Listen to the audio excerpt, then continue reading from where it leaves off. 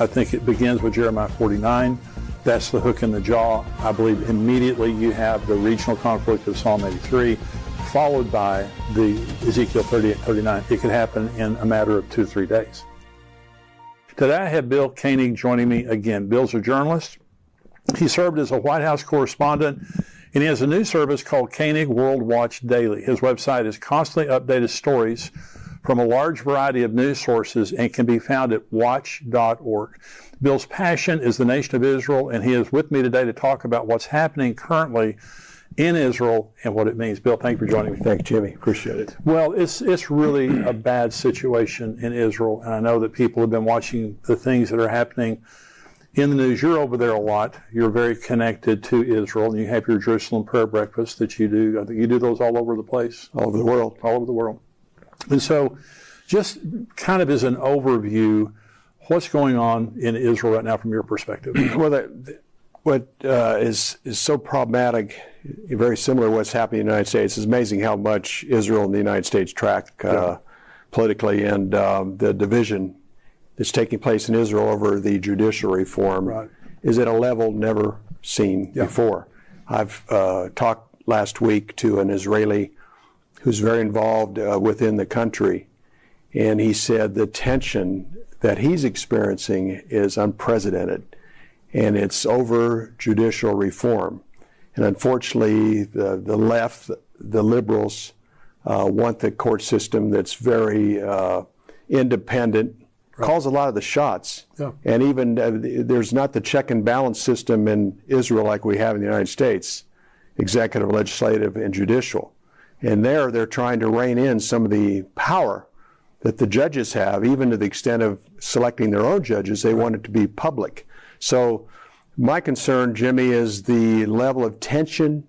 They've even talked about a civil war. I don't think it'll get to that, but it is at a level that we haven't probably seen, especially since the modern state of Israel. I've never, there's always tension in Israel on some level. Absolutely. Let's talk about their government, because I want to be respectful. I love the Jewish people.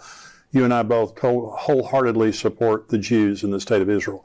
They have a terrible government. I mean, their form of government is not like anything I've ever heard of before. But when you talk about judicial reform, to the average person who's watching the news, of course, the Biden administration is very much supportive of not having judicial reform, leaving the judiciary the way it is in Israel, status quo. But for the average person to understand what's happening, you see all these riots that are happening. Okay, so you don't have the executive branch of government there the way you have it here, because the prime minister is a part of the Knesset. Okay, it'd be like the president here being a part of the Congress. Okay, so you have the Knesset, but the Knesset right now is under the control of the conservatives. Okay, Benjamin Netanyahu's party, but also Ben Gvir and some very, very right-wing kind of ultra orthodox kind of people. This is what the liberals hate. Okay, is the fact that right now you have the conservatives in control.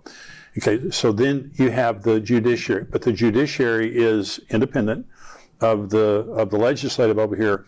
But let's talk about the reasonableness law. Now, so the judiciary, like the Supreme Court in America, is critical. You know, because if something happens, now we have a constitution, they don't have a constitution. So people need to understand Israel does not have a constitution, so it's just an on-the-fly kind of a commentary on what's legal and what's illegal.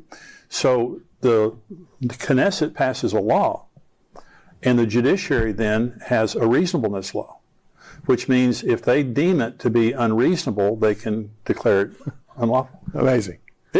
It's crazy. It's not going to change. I don't believe that the political structure of Israel is going to change significantly. I do believe that there is going to be a crisis around the time of the return of Jesus. I had Rick Renner on the show, and Rick is a Greek expert. We were talking about the word rapture, and he said, unfortunately, the word rapture means to rescue in the nick of time. It means like right before it gets, So I think when the rapture happens, it's going to be a lot like it is right now, a world in crisis. Jesus said that there will be distress of nations with perplexity, and perplexity means there's just no answers. There are no answers for America. I mean, there's revival's the answer. But in Israel right now, it's perplexing. They just don't know what to do. So you have the situation now with that. So let's talk about Gog and Magog for just a minute. Now, Jeremiah 49 talks about Elam. And our friend Bill Salas has been on the show, and we've talked about it. Now, Elam is the southern part of Iran, and it's where they have a lot of their nuclear installations. Now, and by the way, because I've shown this on the show, I've shown a map. If Israel bombed Iran, that would be the most convenient area for them to bomb. That's right. As far as strategically. So we were talking about Wag the dog. There have been presidents of the United States in serious situations, and to distract from their domestic distress, they start a war, or they do something over here. I've heard, and this was in the Jerusalem Post, someone comment that this would be a convenient time for Netanyahu to bomb Iran. I want to remind you of our prophecy conference that's coming up September the 16th, and we've got Rabbi Jonathan Kahn. We have Ed Young, who is the senior pastor of Fellowship Church. That's where we're having the event. Dr. Mark Hitchcock, Billy Crone. We have Tony Evans, who is going to be a special guest for us this year, as well as myself. We're going to have a great day all day long on September 16th. That's a Saturday. That's also during Rosh Hashanah, the Feast of Rosh Hashanah. And you may have heard me teach before that I believe some year that the fulfillment of Rosh Hashanah could be the rapture. And I'm not dogmatic about it. Jesus can come anytime he wants to. But every year at that time, I just kind of start looking forward to maybe this is the year that Jesus is coming back. Now, Rabbi Jonathan Kahn is going to be speaking that day. He's going to be blowing a shofar, of course, him being Jewish, and he's going to be leading us in a special Rosh Hashanah service. It's going to be very, very special. So come and join us in person. Now, you can go on endtimes.com. There's a little icon in the left side of the screen, a little world. Click on that. That'll show you on the right-hand side the prophecy conference, where you can buy your seat. You can also stream live.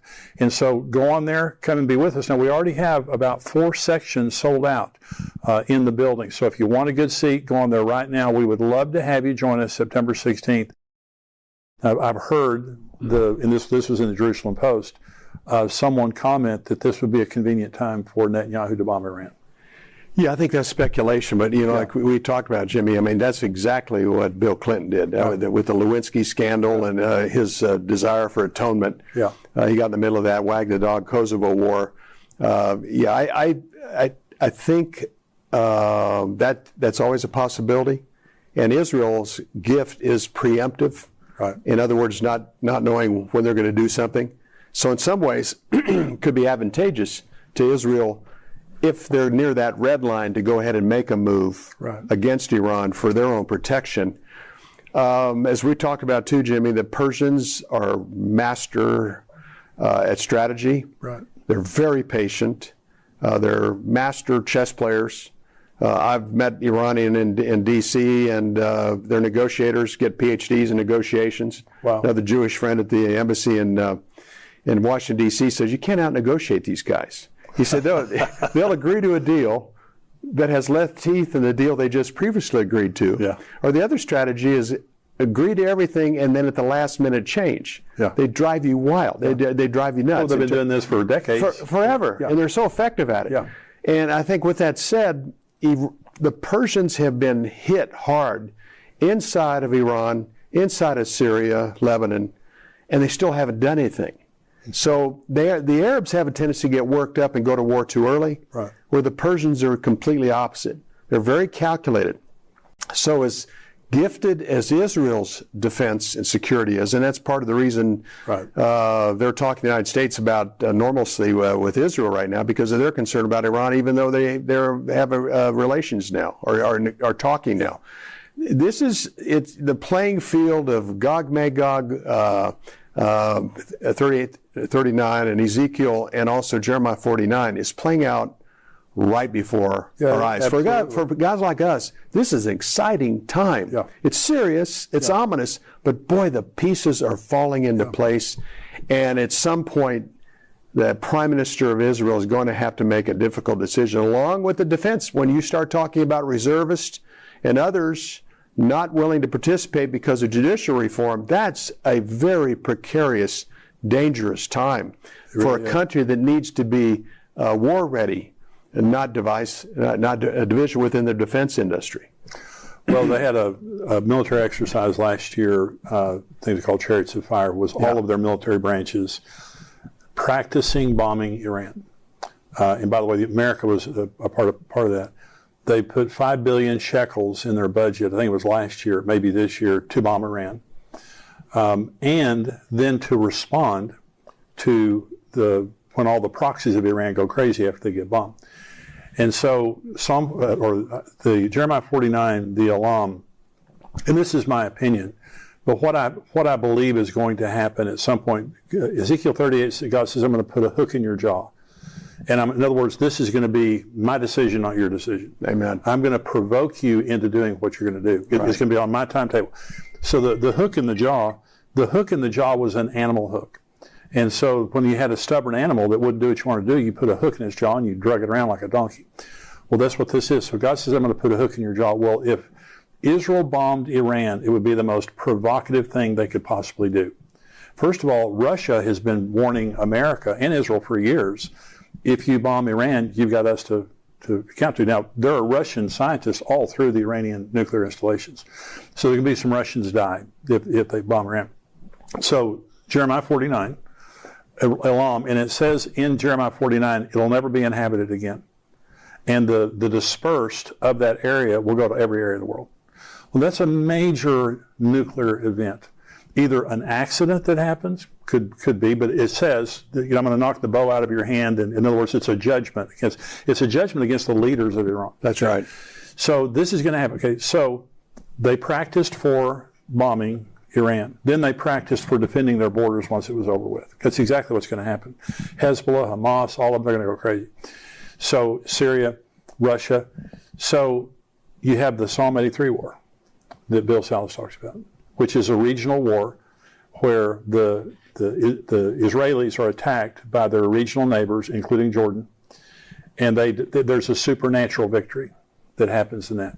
Then you have the Gog-Magog war, Ezekiel 30 and 39, which is a broader regional war where you have Russia, Iran, Turkey, all the different nations that come in. This is my opinion. I think that's the order. I think it begins with Jeremiah 49. That's the hook in the jaw. I believe immediately you have the regional conflict of Psalm 83, followed by the Ezekiel 38 and 39. It could happen in a matter of 2-3 days. Thank you for joining me today on Tipping Point. I hope that you enjoyed it. I hope you'll subscribe here to our YouTube page, and also that you'll become a subscriber of endtimes.com. You get everything we do all week long. You get the full Tipping Point show as well as all the other things we do all week long that will encourage you and educate you on what's happening related to the end times. It's $7 a month, $77 a year. We would love to have you as a subscriber. Go to endtimes.com. Also sign up for our conferences coming up on September the 16th and our Israel trip. God bless you. I'll see you next time.